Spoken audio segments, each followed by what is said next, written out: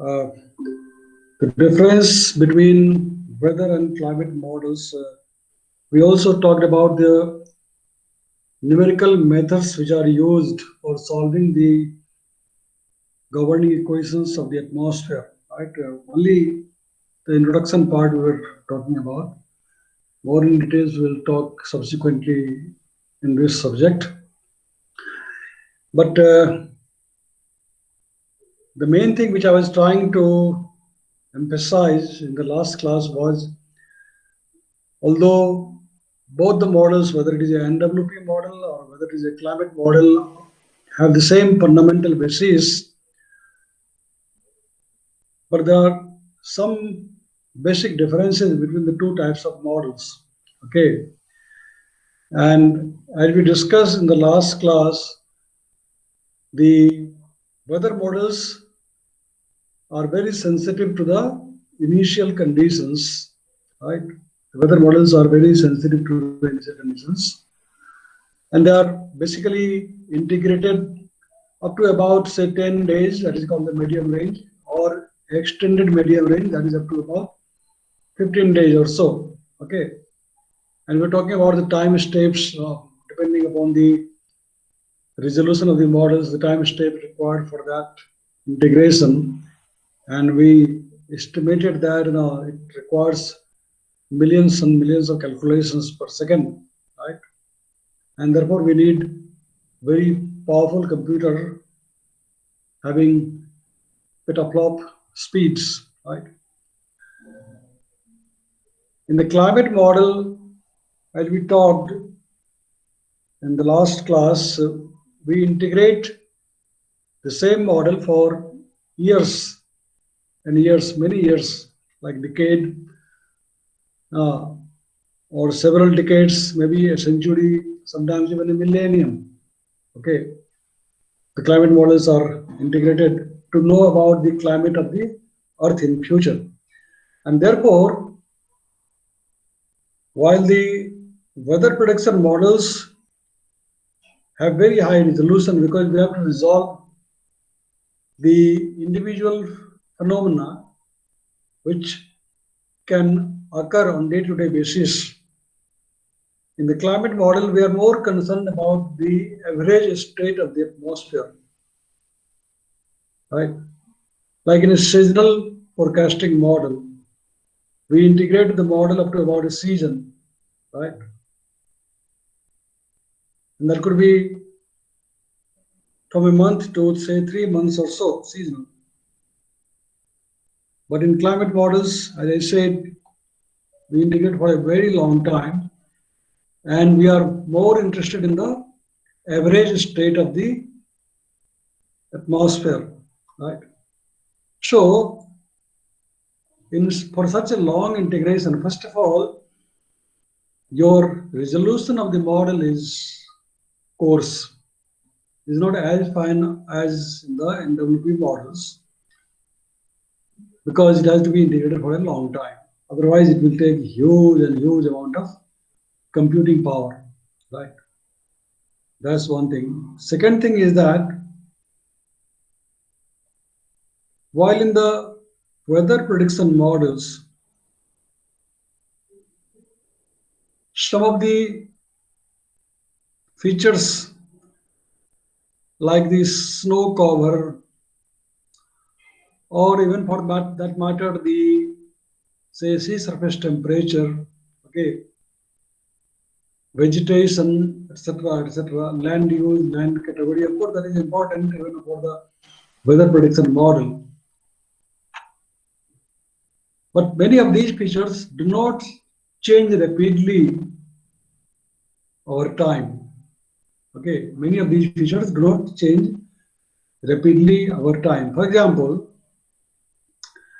say the snow cover, right? We mentioned about the snow cover. Now, do you think that the snow covered land over the earth would change on a day-to-day basis so rapidly? Yes or no? So,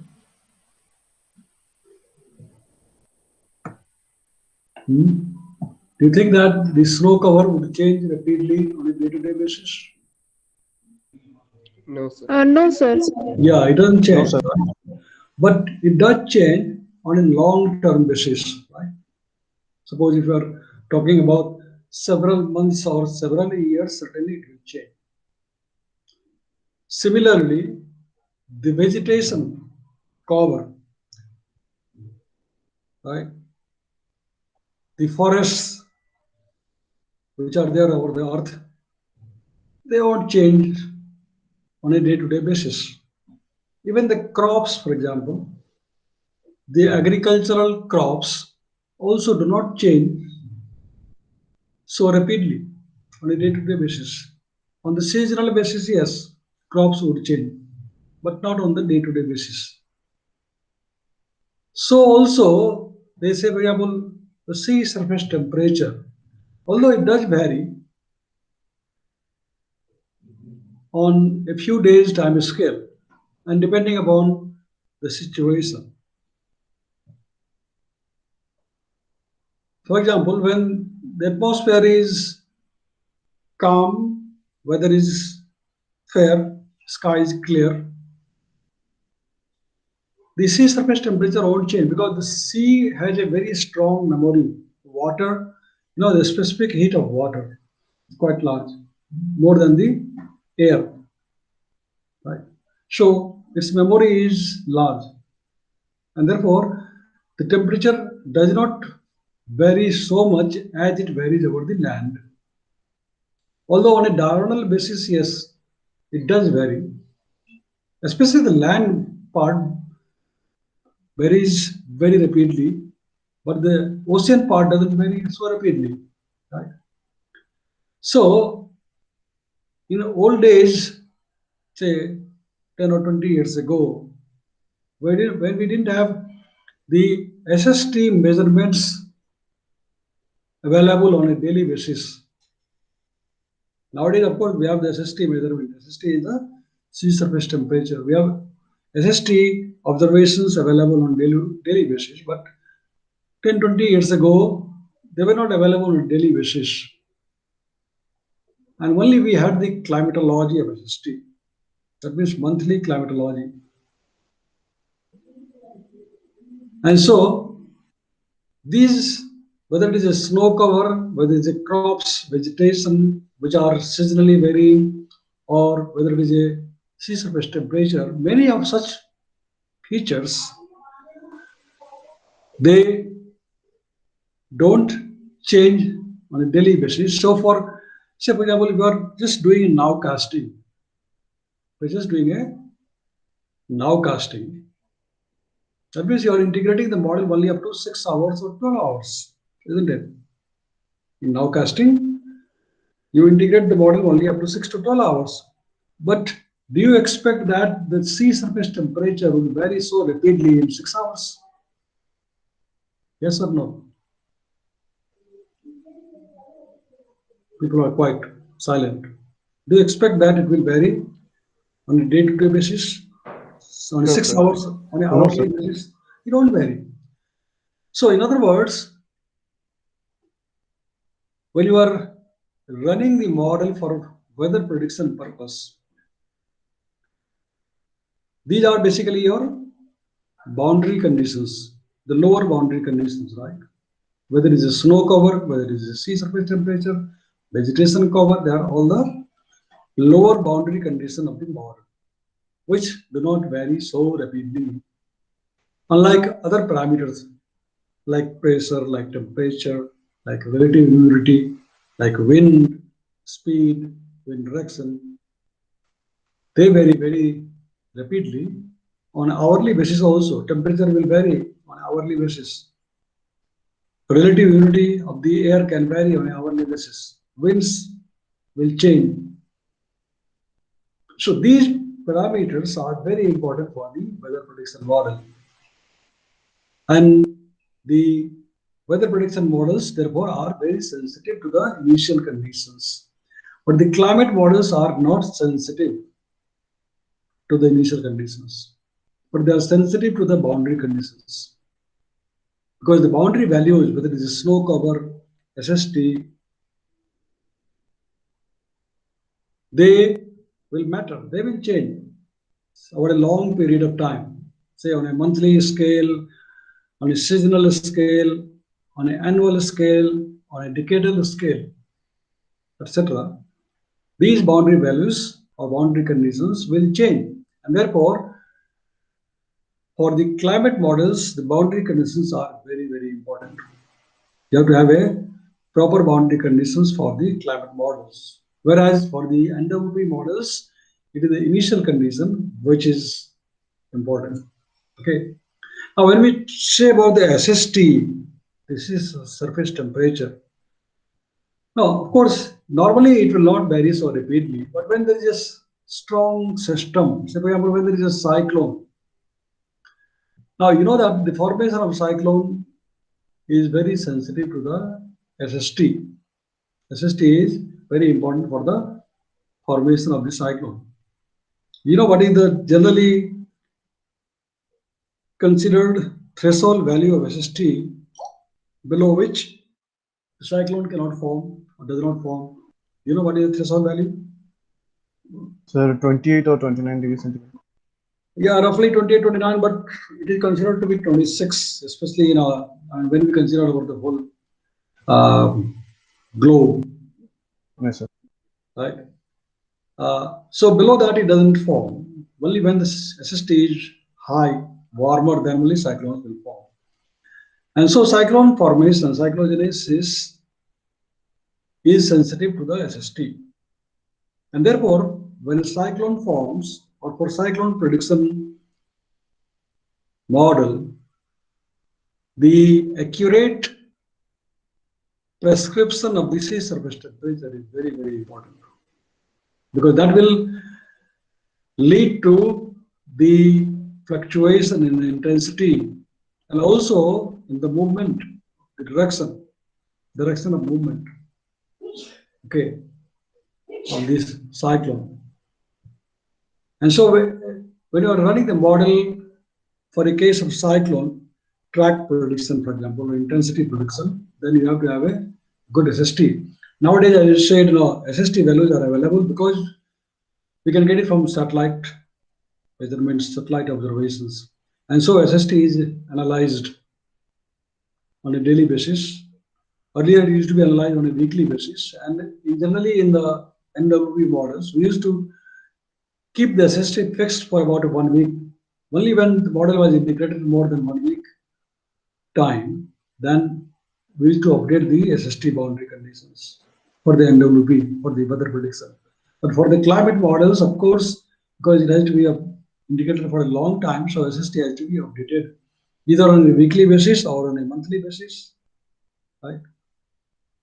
It has to be updated, SST, right? So, except for the SST and except for some special situation like the cyclone, even SST is not so important for the atmospheric models especially. But nowadays we have got the coupled models. You must have heard about the coupled models. Have you heard about the coupled models? Yes or no? Yes, sir. Yeah, coupled models, Yes, sir. right?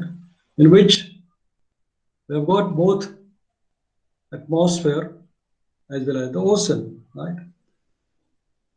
So these two parts, these two models are run independently and then plugged together for certain features, like the ocean model can predict the sea surface temperature, right? The SST is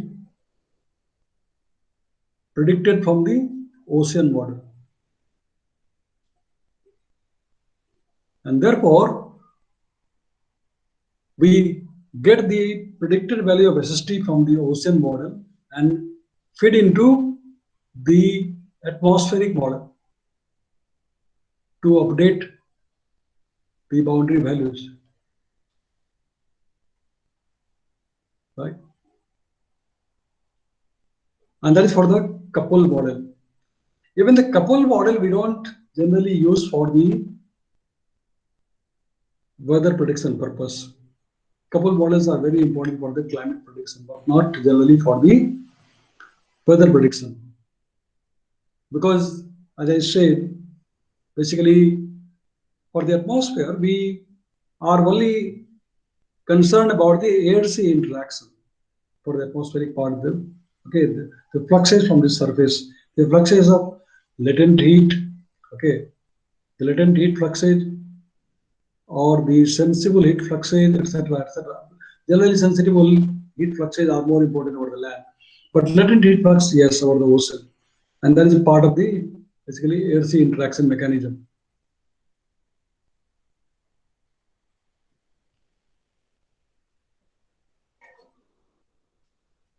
And which is important for the, especially for the evolution of the cyclones, depressions, etc., etc.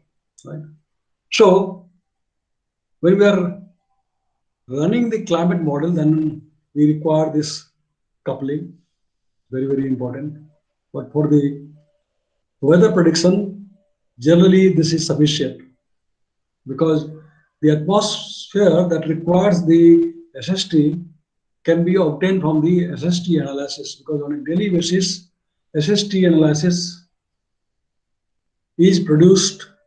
There are many centers which produce the SST analysis based upon the satellite observation.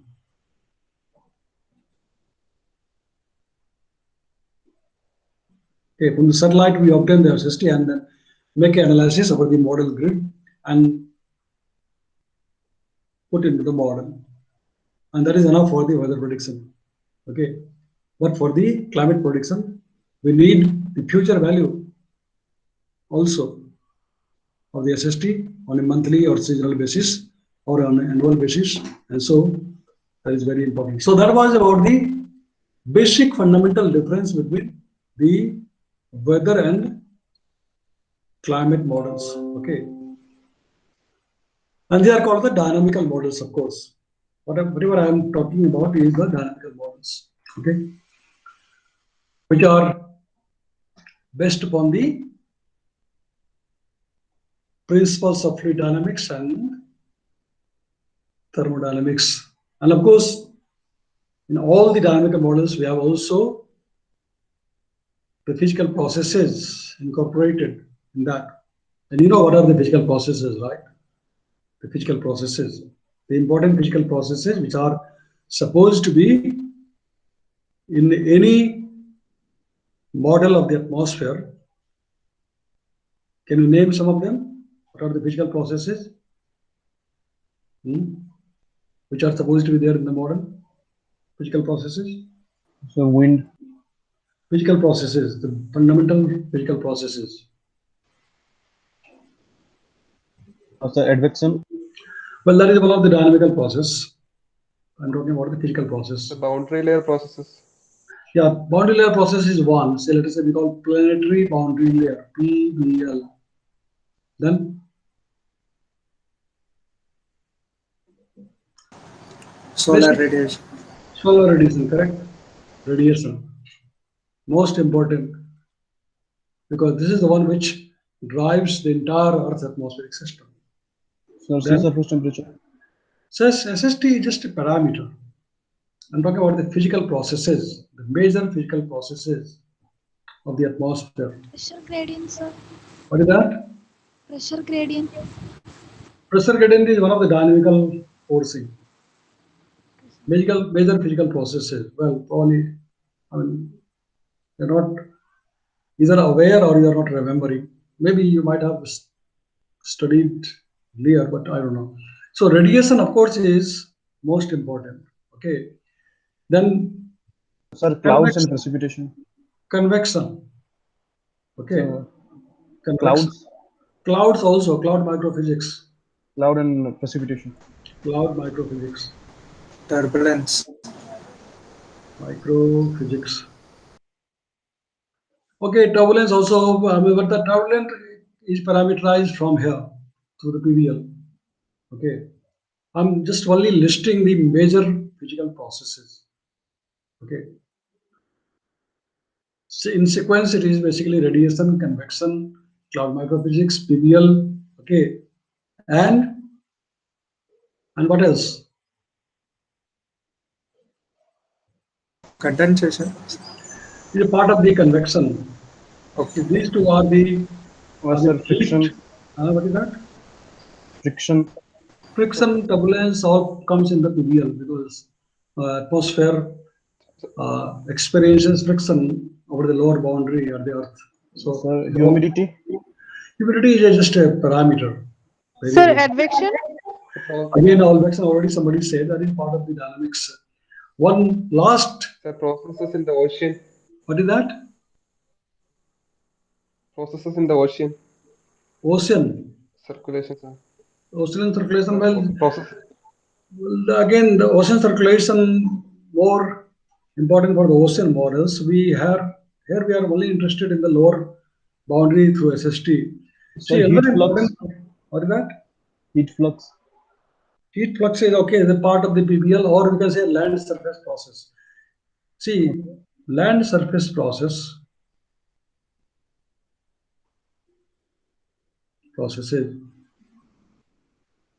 which covers all variations over the Earth's surface. Like now, over the Earth's surface, you have got different types of lands. Like you have got a sandy land, you have got clays, you yes, have sir. got different soil types. Soil characteristics are different according to the different soil types. Right? Sir, latent heat, What is that? latent heat, Well, part of the again, ocean heat fluxes, you can say air-sea interaction. But in the land surface processes, all those parameters which are in contact with the Earth surface are dealt with, like vegetation cover, right? How much portion of the Earth surface is covered by the vegetation, and what kind of vegetation? Whether it is a permanent trees, tall trees, evergreen forests, grasses, shrubs, right? Or whether it is a seasonal crops like paddy and wheat and so on, many seasonal crops, okay? Or whether the land surface is covered by the snow, how much portion of the land is covered by the snow, how much portion of the land is covered by the ocean, what about the rivers, what about the lakes, and the flow over the Earth's surface, like the runoff, the infiltration of the water beneath the ground. And even if we try to talk about the vegetation or the trees and how the trees, suppose this is a tree and this is a ground, under the ground we have got roots, right, of the tree. So how the roots act as a medium for transferring the moisture, okay, from the soil to the atmosphere through its leaves and foliage, right? The evapotranspiration, etc. Okay, takes place.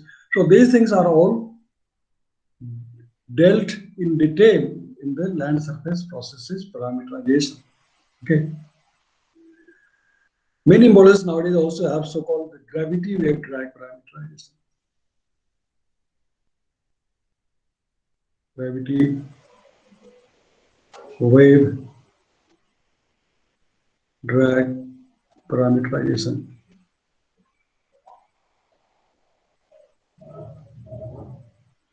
Okay, so basically these are different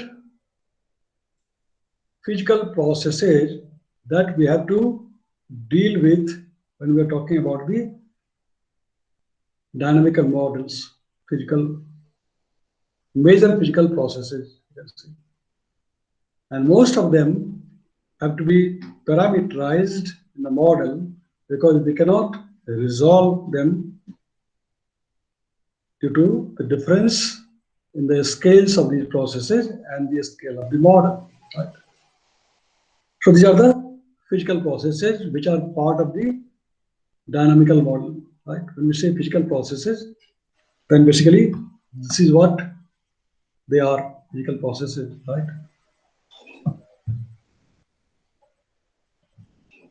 Then, of course, the definition of weather and climate you already know, so I don't have to repeat it. Okay. And among the weather system also that you know most of them, like thunderstorms, tropical cyclones, western disturbances, cold waves, fog, avalanches, mid-tropospheric cyclones, offshore vortices. Have you heard about the offshore vortices? Yes or no? Have you heard about the offshore vortices? No, sir. No. Okay. Sir. Well, The actually, these are. whirlpool. What is that? So the whirlpool. I'm not able to hear you clearly.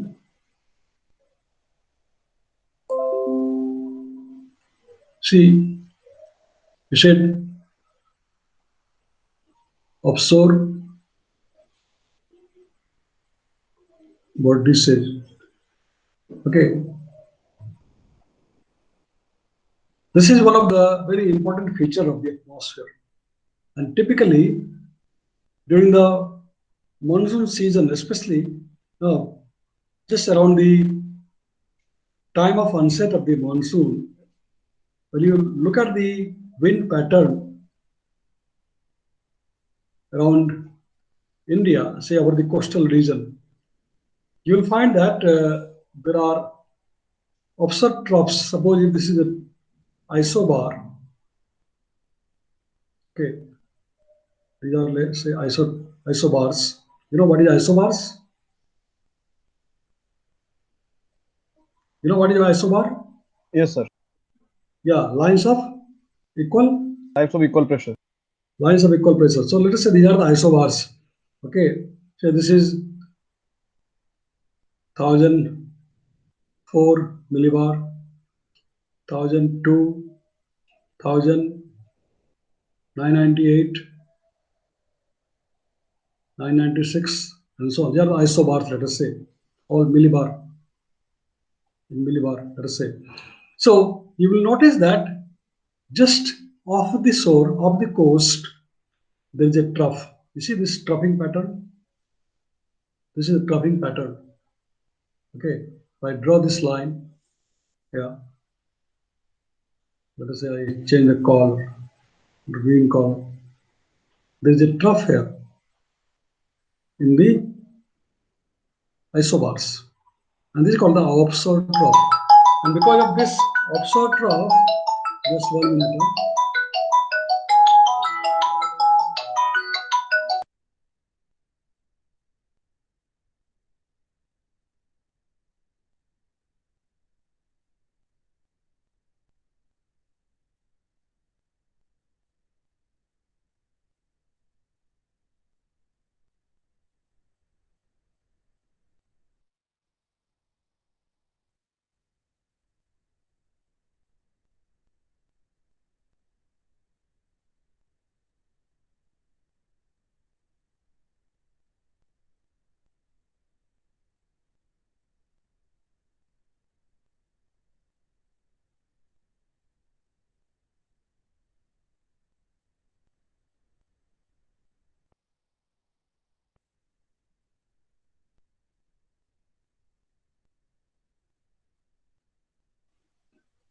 Okay, so I was talking about the offshore vortices. Am I audible and visible?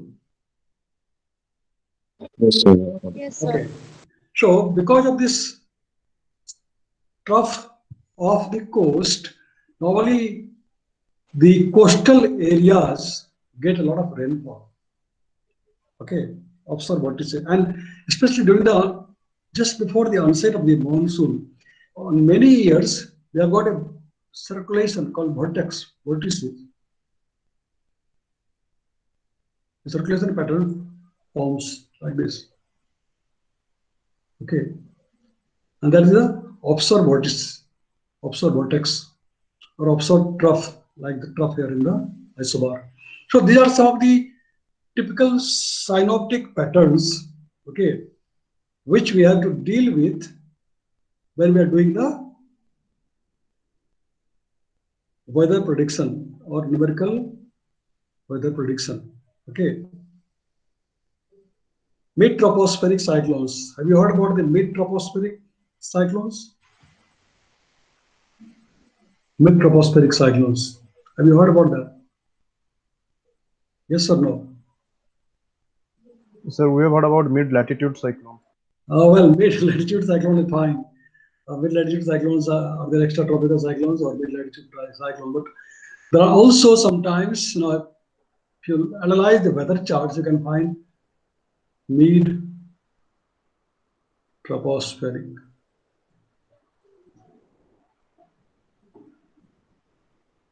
cyclones.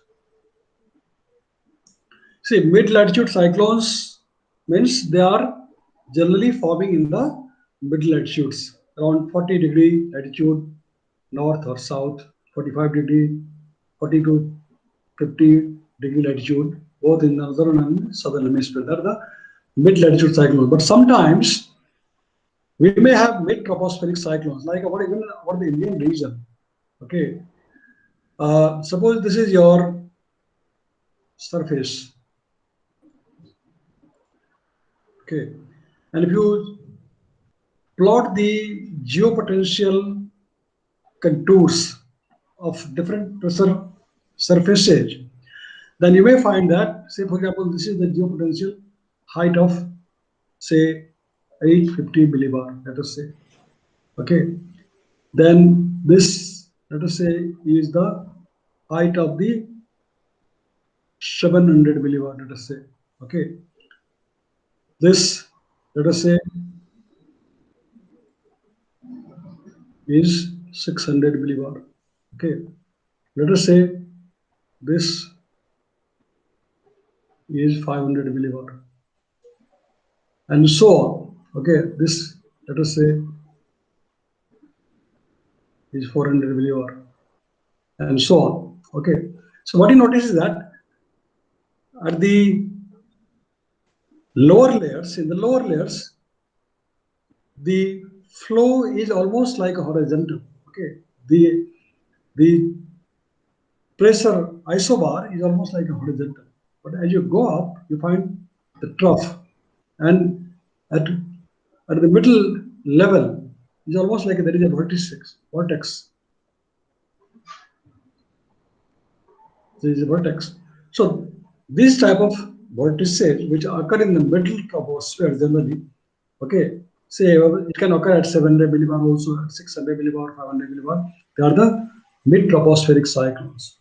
They are not visible at the surface, but they are there in the upper atmosphere, middle atmosphere. And sometimes, depending upon the flow patterns, cyanotic conditions, they will descend down to the surface. They will come down to the surface after some time. And once they come down to the surface, then you have got weather at the surface. Okay. So such type of things are called mid-tropospheric cyclones. All right. So these are the different types of weather systems which affect our region. And of course, you are familiar with the other things, avalanche, right? Avalanche, you know what is avalanche, isn't it? You know what is avalanche? Yes, sir. Yeah, snow avalanche especially. Yeah. Fog, cold waves, heat waves, western disturbance, etc. All are from there. So these are the different weather systems that affect our region. Okay. Climate systems, climatology, climate modeling. We have just talked only the very, very basic part, the introduction. Okay, so far. So these are the introduction to the weather and climate models. Okay, and of course, this kind of diagrams, I'm sure, is very familiar to you. Have you seen these kind of diagrams before? No, which is illustrating the Earth atmospheric system. Have you seen such kind of diagrams earlier? Is available plenty in the internet. Maybe somebody in your Earth system science class in the first semester, or maybe it has been shown to you earlier. Not exactly, may not be this diagram exactly. What similar diagrams are there? And what does it say? basically this is the complete Earth's atmospheric system, right? Like there is a solar radiation input to the atmosphere, right? Solar radiation input to the atmosphere. Okay, and the radiation will penetrate through the atmospheric layers. Again, while it is penetrating, so many changes can occur, as we have discussed in the last semester in the atmospheric radiation part, right? Attenuation of the radiation, absorption of the radiation, right? Reflection of the radiation from the aerosols, from the clouds, re-emission of the radiation in this long wave, right? All those things are there. And once it reaches the surface, then again re-emission from the surface, etc. Okay. So that is the most important driving force for the Earth atmospheric system, right? Then the one which is emitted back from the Earth or from the clouds, etc., called the terrestrial radiation, and it encounters clouds. Okay, clouds also interact with the radiation in their own ways. Okay. Then at the surface of the Earth, again, we have got so many types of features, like we have got the ocean, through which there is a land ocean coupling or atmospheric ocean coupling. And ocean, if it is in the high latitudes, then there can be ice cubes, ice blocks floating over the ocean, right? And so there is a sea ice interaction. Okay. Otherwise, also our latitude, we have got the heat exchange taking place from the ocean, right? And the ocean also is driven by the winds, the wind stress, and therefore, while running the atmospheric model, as I said earlier, basically we need the SST from the ocean models. But for driving the ocean circulation, we need the wind stress, and that is again provided only by the atmospheric model. So for running the day-to-day ocean model, these wind stresses are provided from the atmospheric models. Okay. Then from the ocean surface, we have got the evaporation, right? Evaporation. So that is like a input of moisture to the atmosphere. Also from the clouds, we can have precipitation, rainfall. So that drains out the moisture from the atmosphere. When the precipitation occurs, the atmosphere loses the moisture because the moisture is condensed and it falls down to the Earth's surface, right? Then over the Earth's surface, we have got again so many things, like we can have urban area in which we have got buildings and so many other features, industries. Okay, then we can have rivers, lakes, all of them interact directly with the atmosphere. Okay, then we have got mountains which are covered by the snow, bare mountains, or the vegetations which are covering the lands. Okay, the biosphere also is called the biosphere. Okay, so the soil biosphere interaction can take place, which leads to the exchange of heat and moisture between the Earth and the atmosphere. Okay, and then there are permanent ice sheets which interact with the atmosphere accordingly, right? Then we have got volcanic eruptions from the mountains, volcanic activity which injects tons and tons of acid in the atmosphere, aerosols, which also modify. Then atmosphere themselves have so many types of gases, composed of so many types of gases. Also, such gases are also emitted from the industries. Okay, and because of the human activities, so many types of anthropogenic gases are emitted. Okay, they also interact and change the composition of the atmosphere. Right. So this entire thing is Earth system. This entire thing is Earth system mechanism. Okay, which are all supposed to be there in any climate model, in a good climate model, all these things are supposed to be taken care of through mathematics, mathematical equations, parameterizations. Okay, all these things which you are seeing in this diagram, looking into this diagram, they are all supposed to be somehow included in a good climate model. Otherwise, the model will not give you the accurate answer. Okay.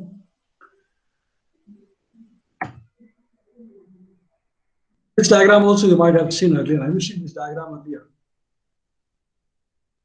Yes or no? Am I audible, visible? Yes, sir. Yes, sir. Yeah. Yes, sir. Now, what does this figure show? This figure basically is showing a typical general circulation model of the atmosphere. I mean, a typical, model grid basically. This is a model grid. When you are having a dynamical model, a dynamic global dynamical model, then you cover the entire Earth with grids of finite sizes, right? You can see these are the typically rectangular grid. And we shall talk in detail about that later on. Rectangular grid, right? And also we have got grids in different layers of the atmosphere. Vertically also, for each layer of the atmosphere, we have got the grids. Okay. So this is the vertical grid. Okay, and these are the horizontal grid. What you are seeing here is the horizontal grid, and this grid is covering the entire Earth. Okay, that's how we solve the equations for weather and climate prediction. Okay. Generally, we say GCM. You heard of the GCM, right? Which also stands for General Circulation Model, or Global Climate Model, also stands for GCM. Okay. So even GCMs are also used for the numerical weather prediction, because a global model for numerical weather prediction is also basically using a GCM, uses a GCM, because it is a global model. Right? If it is a regional model, then only it covers a part of the region, like India and neighborhood and so on. Right? So this diagram basically represents a schematic of the global atmospheric model, in which you have got these part of the dynamics, which are the grid resolution of the model, and then also it is indicating the different physical processes which are supposed to be there in the model. For example, you have got now solar radiation. Are these visible to you clearly? These letters may not be visible to you clearly. Solar radiation, incoming solar radiation, okay, outgoing long wave radiation or terrestrial radiation, okay. And then, as I said earlier, you've got clouds, the cloud microphysics, okay, the transfer of momentum, heat, water vapor between the Earth's surface and the atmosphere, the advection of these parameters, okay, and of course, the contrast between the land and the ocean. So all these things are basically part of the physical processes which are supposed to be there in any dynamical model. Okay, any dynamical models. Also, I think earlier I was talking about the not here. I think when we're listing the physical processes, then we listed so-called gravity wave drag. Gravity wave drag, right? Is it visible to you? Is this slide visible to you? Yes. Yeah. Yes. Yes, sir. Gravity wave drag. Now, what is this gravity wave drag? See, you know about the gravity waves, right? The gravity waves, you know, isn't it? Don't you? Yes or no? Have you studied about the gravity Yes, waves in yes, your sir. dynamic meteorology? Yes, sir. Yeah, in dynamic meteorology, you must have studied about the gravity waves, right? And the simplest example of the gravity waves, can somebody say what is the simplest example of the gravity waves? Ripples. Ripples in a pond. Yeah, exactly. Ripples in the pond. If you just throw a stone in a pond, the ripples are generated. And that is an example of the gravity waves. Now, such gravity waves occur very frequently in the atmosphere in different situations, especially when there is a wind shear. You know what is wind shear? Shear in the wind. Have you heard about the wind shear? Yes, sir. Yeah, you have Yes, heard. sir. Sir. Yes, sir. So wind shear are quite frequent, which causes the turbulence, which can in turn can cause the gravity waves. And also around the mountains, when suppose there is a mountains,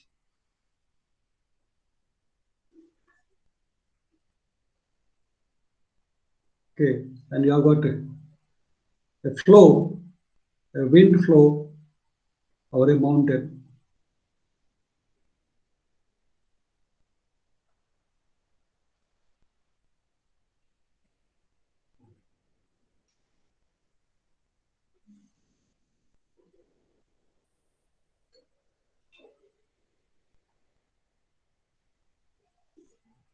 Then, because of this obstacle, many times you must have heard about the Lee waves. Have you heard about the Lee waves? Yes, sir. Yes, Yeah, sir. which form the leeward side of the mountains. There are mountain waves.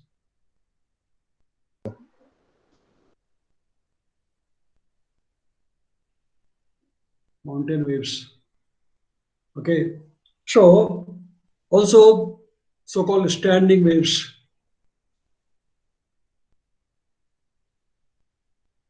which are stationary for long time over the mountains. So these kind of waves, which are there around the mountains, they can break sometimes. Okay. And when they break, they can provide some sort of a drag. Okay. Drag in the air, in atmosphere. And so by that way, the momentum of the wind, sometimes because of the waves, there are vortices, they are transferred from one layer to another layer of the atmosphere, and that can cause fluctuations in the surface pressure of the earth, can cause fluctuation. If I'll use CTU in surface pressure PS, right? And that can be quite large. Its effect can be quite large. So we need to also parameterize the effects of these gravity wave drags, so-called gravity wave drags, and that is done through the gravity wave drag parameterization, which nowadays most of the models also have. Okay, the gravity wave drag parameterization. This one. Okay. So these are about the introduction to weather and climate models. I think it's already 12:35 almost. Do you have a class after this? Another class?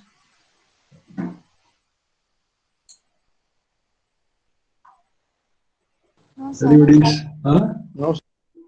Oh, you're free. Yes, So, sir. no, somebody said yes, somebody said no. Yeah, Saturday I'm also. Sham. Oh, Syam has a class. Okay, okay. That's the one, yeah.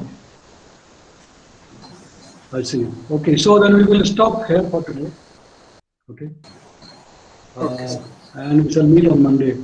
Monday we have a class in the morning. You can see the timetable. Monday we have class morning 9:30 to 10:30. Okay. Okay. Yeah. So we shall meet on Monday now. All right. I will be traveling quite a lot again now in the coming weeks. So we'll have to also adjust the timings of the classes because depending upon my availability, we'll have to set the time of the class and I will inform you whenever I'm available. Up to, of course, next week up to Friday, no problem. But after that, I will be traveling. So we shall see how to fix the timing of the class. Okay. So get ready to have the class in the odd times afterwards. Okay, so I'm going to stop now. Stop sharing. Okay. And what about the attendance? I see only 6 people are here. What happened to others? I don't know. So whatever, I've got the attendance record. See, Syam is there and Deepak is there over, I think, latecomers today. And Sri Lakshmi, I think she has not come today at all. So anyway, so see you all on Monday. Okay. Okay. Yes, sir. Thank you, sir. Yes, sir. Thank you, sir. Okay, sir. Thank you, sir. All right. Sir. Okay.